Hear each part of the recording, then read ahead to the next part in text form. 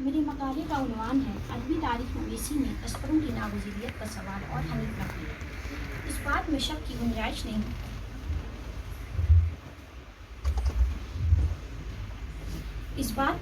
گنجائش نہیں کہ تذکرے ہمارے ادبی اور تنقیدی روایت کا بیش قیمت حصہ اور اثاثہ ہیں۔ تذکروں کے بغیر نہ تو ہم ادب کی تخلیق اور شعر کی تعمیر میں کار فرما شعریاتی نظام تک رسائی حاصل کر سکتے ہیں اور نہ ہی ادبی روایت میں تسلسل کی تلاش کو حقیقت میں بدلنے پر قادر ہو سکتے ہیں۔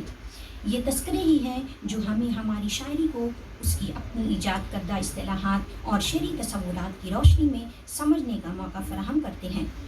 مغربی پیمانوں کے مقابلے میں ہمارے مشرقی پیمانے کیا ہیں جنہیں ہم شعر اور سخن کی پرکھ اور جانچ پڑتال کے لیے استعمال کریں؟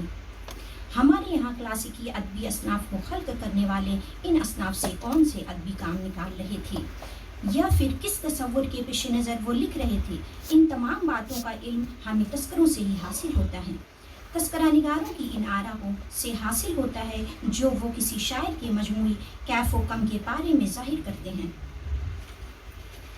تذکروں کا ایک اور اہم پہلو ہے وہ ادبی تاریخ نویسی سے متعلق ہے۔ ادبی تاریخ کو قائم کرنے اور نئے پیمانوں پر اس کی بنیاد کو اٹھانے کا کام بھی تذکروں سے ہی انجام پاتا ہے۔ تذکرے ہی کلاسیکی ادبی روایت کا اولین سراغ ہیں۔ مختلف علاقوں اور زمانوں میں لکھے گئے تذکرے ہمیں ادبی تاریخ کا ایک تسلسل فراہم کرتے ہیں۔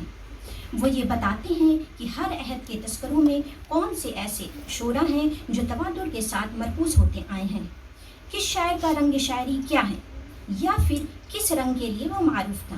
یہ سارے پہلو ہمیں تذکروں سے ہی معلوم ہوتے ہیں۔ تحقیق و تدوین کے سلسلے میں بھی تذکرے کارآمد ثابت ہوتے ہیں۔ وہ کسی شاعر کا زمانہ متعین کرنے میں مدد دیتے ہیں۔ تذکروں میں نمونے کے طور پر درج اشعار کسی متن کی ترتیب و تدوین کے وقت تقابل کے کام آتے ہیں۔ مختلف تذکروں اور مخطوطوں کے تقابل سے ہمیں الحاقی یا اضافی کلام کی شہادتیں بھی تذکروں سے ہی حاصل ہوتی ہیں۔ ادبی تذکروں کی اہمیت و افادیت کا درست اندازہ کرنے کے لیے ہمیں یہ دیکھنا چاہیے کہ اگر ان تذکروں سے تحید آمن ہوتے تو ہم اپنے کلاسیکی ادب کو تسلسل میں کس طرح دریافت کرتے؟ ظاہر ہے ادبی تاریخ کے بہت سے پہلو شاعروں کے حالات اور ان کے تخلیقی خصائص سے ہم محروم ہوتے۔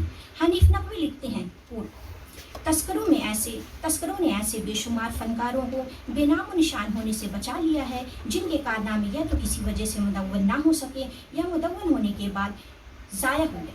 فنکاروں کے اس زمرے میں سخنوروں کے پہلو بہ پہلو جن کے کلام کی فنی سطح زیادہ بلند نہیں، بعض ایسے اساتذہ بھی شامل ہیں جنہوں نے انتہائی نازک مرحلوں میں کاروان شعر و سخن کی قیادت کی ہے اور اپنی کوششوں سے ایک نئے عہد کا سنگ بنیاد رکھا ہے۔ اردو ادب کی تاریخ سے یہاں بطور مثال مصطفیٰ خان یکرنگ، خان آرزو، مرزا مظہر جانے جانا کے نام پیش کیے جا سکتے ہیں۔ ان اساتذہ کے کلام سے جو معدود چند نمونے دستبرد زمانے سے محفوظ رہ کر ہم تک پہنچے ہیں وہ تذکروں ہی کے واسطے سے حاصل ہوئے ہیں۔ تذکروں کا مطالعہ کیوں ضروری ہے؟ تذکروں میں موجود حقائق اور معلومات کی چھان بین بھی ایک ضروری امر ہے۔ کسی واقعے یا شخص کی ادبی زندگی کے بارے میں محض اتنا جاننا کافی نہیں بلکہ دستیاب معلومات کے پائے ثبوت کی جانچ اور آزمائش کرنا بھی ضروری ہے۔ کسی تذکرے میں دی گئی معلومات کس حد تک درست ہے، اس کے اندر بطور متن شامل کیا گیا تخلیق کاروں اور شاعروں کا تخلیقی سرمایہ صحت متن کے اعتبار سے کس حد تک قابل قبول ہے۔ تذکرے میں شامل اشخاص اور چھوڑ دیے جانے والے شاعروں کے درمیان تذکرہ نگار کی ترجیح اور عدم ترجیح کے اسباب کیا ہو سکتے ہیں؟ بسا اوقات تذکرہ نگار کی ترجیحات اور آراء علمی و تحقیقی نہ ہو کر ذاتی اور شخصی ہوا کرتی ہے۔ تذکروں کی تحقیق و تنقید ان تمام پہلوؤں کو سامنے لاتی ہے۔ حنیف نقوی کی تذکرہ شناسی پر نظر کرتے ہیں تو اندازہ ہوتا ہے کہ انہوں نے تذکروں کے مطالعے میں اپنے عہد کی عام روش سے ہٹ کر الگ طریقے پر تحقیق کی ہے۔ ہمارے یہاں جدید تنقید کے نام نہاد غلغلے سے تذکروں کی طرف علمی حلقے کی التفات خاطر خواہ نہ رہا۔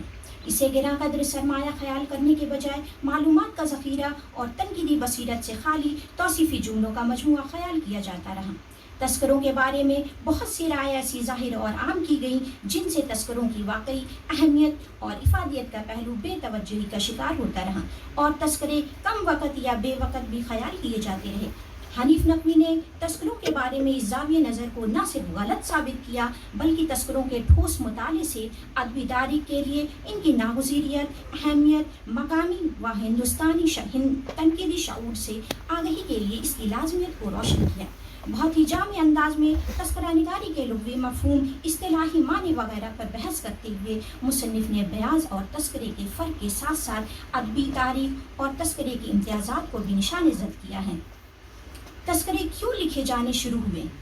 تذکرہ نگاری کے پیچھے کون سے محرکات کار فرما ہوئے؟ اس نوع کے سوالات سے بحث کرتے ہوئے مصنف نے تذکروں کی معنویت اور انفرادیت کو نشان زد کیا ہے۔ اسی طرح تذکروں کی نوعیت، گروہی تقسیم وغیرہ پر تحقیقی و تنقیدی انداز میں گفتگو کی گئی ہے۔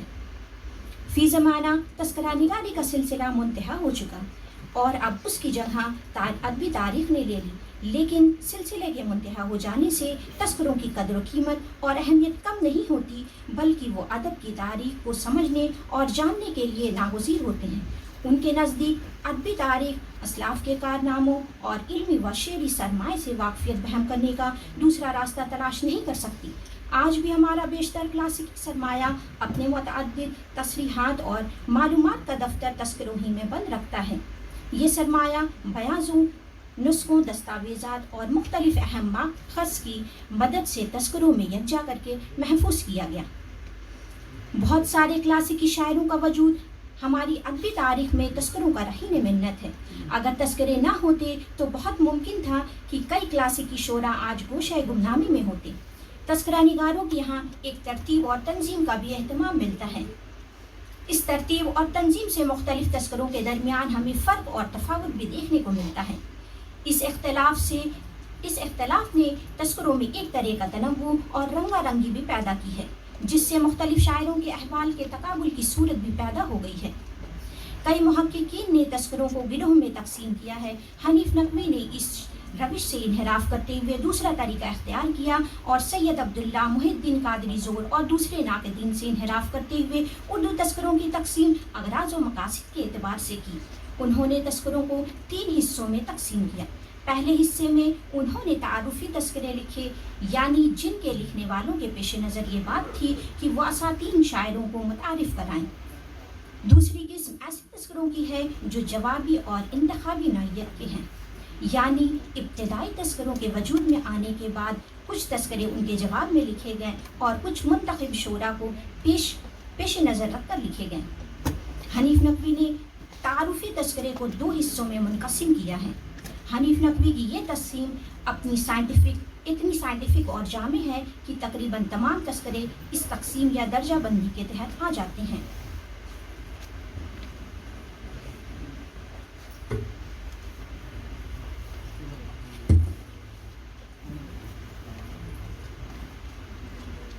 حنیف نقوی نے اپنی کتاب میں نکات الشعراء سے لے کر گلشن بے خار تک کے تذکروں کے طویل سلسلے کا جائزہ لیا۔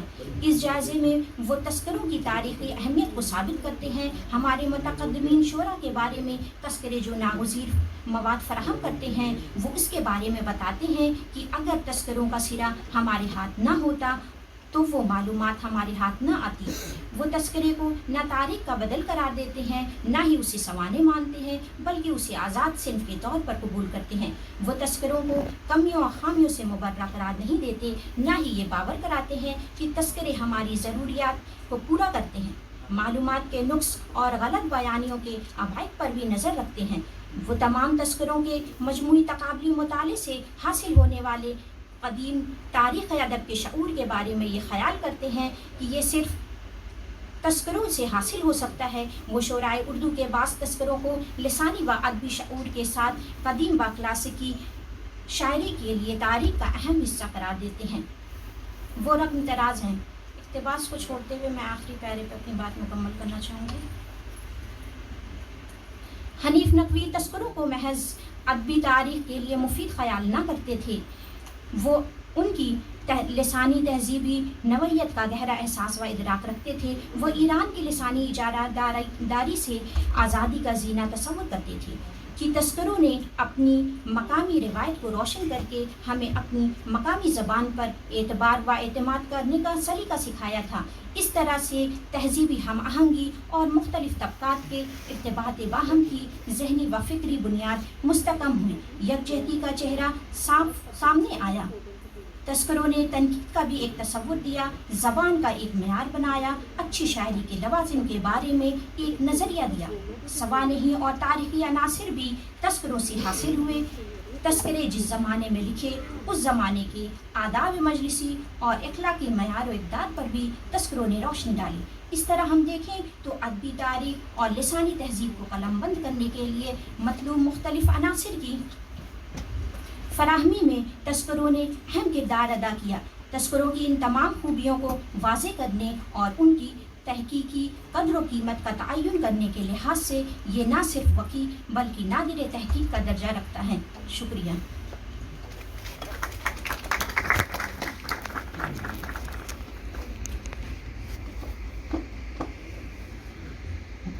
شکریہ۔